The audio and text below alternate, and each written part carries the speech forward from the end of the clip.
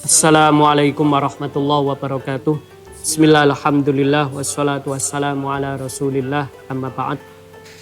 Pada hadis ke-25 diberi judul Fadlullah wasi'atu rahmatih, yaitu karunia Allah dan luasnya rahmat Allah. An Abi Dzar radhiyallahu anna nasan min ashabi Rasulillah sallallahu alaihi wasallam qalu lin nabi sallallahu alaihi wasallam. Ada sekelompok manusia, para sahabat yang mendatangi Rasulullah. Ya Rasul, dzaba ahlud dutsur bil ujur. Orang-orang kaya itu mereka memiliki banyak sekali pahala. Yusalluna kama nusolli, mereka bisa sholat layaknya kita. Wa yasumuna kama nasum, mereka pun puasa layaknya kita. Wa yatasaddaquna bi fuduli amwalihim, mereka bisa sodako dengan harta mereka, sedangkan kami tidak bisa bersodako. Qala awalaysa qad ja'alallahu lakum ma tasaddaqun, bukankah Allah telah memberikan banyak hal yang bisa kalian sedekahkan?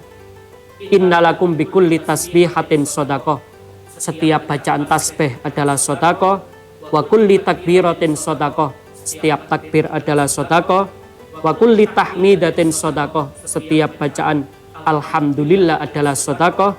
Wa kulli tahlilatin sodakoh, bacaan la ilaha illallah adalah sodakoh. Wa amrin bil ma'ruf sodakoh, amar ma'ruf juga sodakoh. Wa nahyin an mungkar sodakoh, nahi mungkar juga sodakoh. Wa fi bud'i ahadikum sodakoh, hubungan suami istri juga sodakoh. Qalu ya Rasulullah ayati ahaduna syahwatahu wa yakunu lahu fi ajrun. Ya Rasul, apakah seseorang itu melampiaskan nafsu syahwatnya tapi dia tetap dapat pahala? Qala ara'aitum law wada'aha fi haram akana alaihi wisrun, bukankah seandainya dia salah meletakkan syahwatnya pada perkara haram, dia akan mendapatkan dosa. Fakadzalika idza wada'aha fil halal, demikian halnya jika dia menempatkannya pada perkara yang halal, kana lahu ajrun, dia mendapatkan pahala. Asbabul wurud dari hadis ini adalah ketika ada peperangan-peperangan yang membutuhkan modal, yang membutuhkan modal perang, dan tentu modal perang itu terkait dengan harta, orang-orang kaya banyak berkontribusi. Mereka berdatangan berkontribusi menghadap ke Rasulullah. Setiap kali orang kaya datang menghadap Rasulullah, Rasulullah mendoakan mereka. Setiap orang kaya datang untuk memberikan sumbangsi, Rasulullah mendoakan mereka. Dari situ muncul tanda kutip rasa iri hati dari orang-orang miskin. Orang-orang miskin dari kalangan sahabat tidak iri dengan jumlah kekayaan. Mereka tidak iri dengan berapa kekayaan yang dimiliki oleh sahabat-sahabat yang kaya tersebut. Mereka iri karena dengan kekayaan orang-orang tersebut bisa kontribusi terhadap Islam. Sedangkan mereka yang bertanya ini adalah orang-orang miskin. Mereka ingin berkontribusi dengan harta, namun mereka tidak memiliki harta tersebut. Dusur itu makna artinya adalah harta yang banyak, sehingga ahlu dusur ini merupakan kalangan-kalangan atas yang mereka memang benar-benar kaya raya. Maka dengan demikian, dari sini kita belajar, apabila melihat kekayaan orang lain, yang kita lihat bukan jumlah kekayaannya, namun yang dilihat adalah apakah penggunaannya itu baik atau tidak. Apabila ada orang kaya, dia menggunakan kekayaannya untuk kebaikan, disitulah kita wajar untuk hasud. Kita iri, bukan iri terhadap hartanya, tapi iri terhadap peluangnya untuk beramal solih. Lalu Rasulullah memberikan satu solusi. Ada akses-akses pahala yang bisa diberikan kepada orang miskin. Apabila kita miskin, maka pahala kita berasal dari lisan kita. Modal kita adalah lisan. Dengan memperbanyak zikir, memperbanyak bacaan subhanallah, memperbanyak bacaan Allahu Akbar, la ilaha illallah, dan yang lain-lain, di situ akan menambah pahala kita. Paling tidak Rasulullah Shallallahu Alaihi Wasallam mengajarkan 10 jenis kalimat thayyibah yang bisa kita baca sesuai dengan kondisi, sesuai dengan kebutuhan, dan sesuai dengan selera kita masing-masing. Yaitu bacaan subhanallah, yang kedua walhamdulillah, yang ketiga la ilaha illallah, yang keempat Allahu Akbar, yang kelima la haula wala quwata illa billahil aliyil azim, yang keenam hasbunallah wa ni'mal wakil, yang ketujuh astaghfirullahaladzim, yang kedelapan inna lillahi wa inna ilaihi rajiun, yang kesembilan bismillahi tawakkaltu 'alallah, dan yang terakhir membaca sholawat. Allahumma sholli ala sayyidina Muhammad wa ala ali sayyidina Muhammad.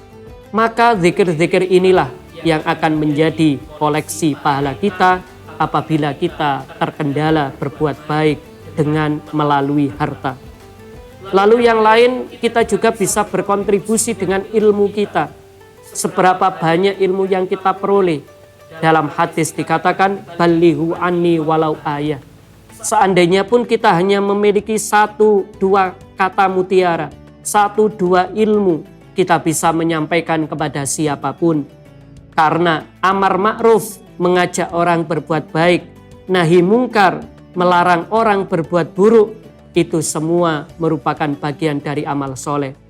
Kontribusi dalam dunia dakwah, kontribusi dalam dunia pendidikan, kontribusi dalam hal-hal ilmu, semuanya itu juga merupakan akses. Apabila kita tidak memiliki harta, kita bisa menggunakan jalur tersebut untuk beramal soleh. Lalu yang ketiga juga melalui jalur pernikahan. Dengan adanya pernikahan, seseorang mendapatkan banyak pahala. Menggauli istrinya dapat pahala. Sibuk bekerja untuk menafkahi istri juga dapat pahala. Sibuk untuk mendidik anak, merawat anak, semua itu mendapatkan pahala. Maka dengan demikian banyak sekali jalur-jalur pahala yang bisa kita lakukan.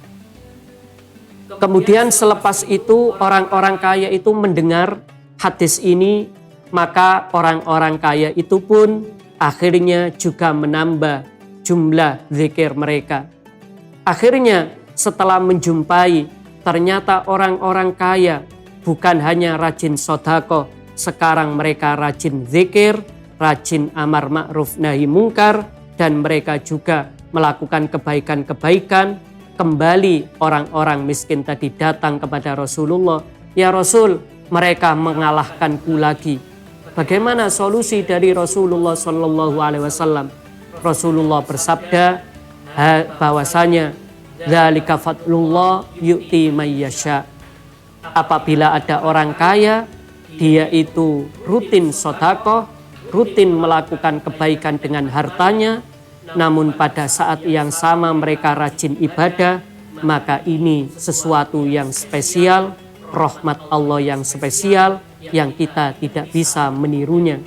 Maka sungguh beruntung apabila ada orang kaya raya, namun dia tetap ibadahnya rutin, ibadahnya rajin, layaknya Sayyidina Utsman yang beliau menghatamkan Al-Quran setiap hari. Beliau adalah ahlul Quran, wafat pun dalam keadaan membaca Al-Quran. Ini adalah figur orang kaya yang tidak melupakan ibadah.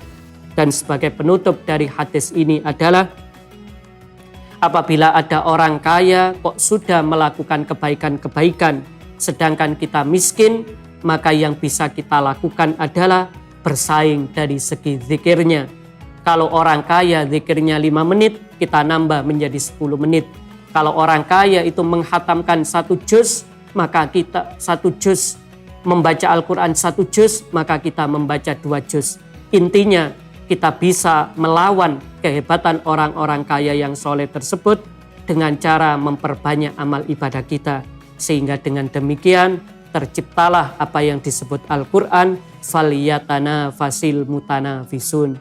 Hendaklah orang Islam berlomba-lomba dalam kebaikan, cepat-cepat masuk surga. Demikian, wal afu minkum. Wassalamualaikum warahmatullahi wabarakatuh.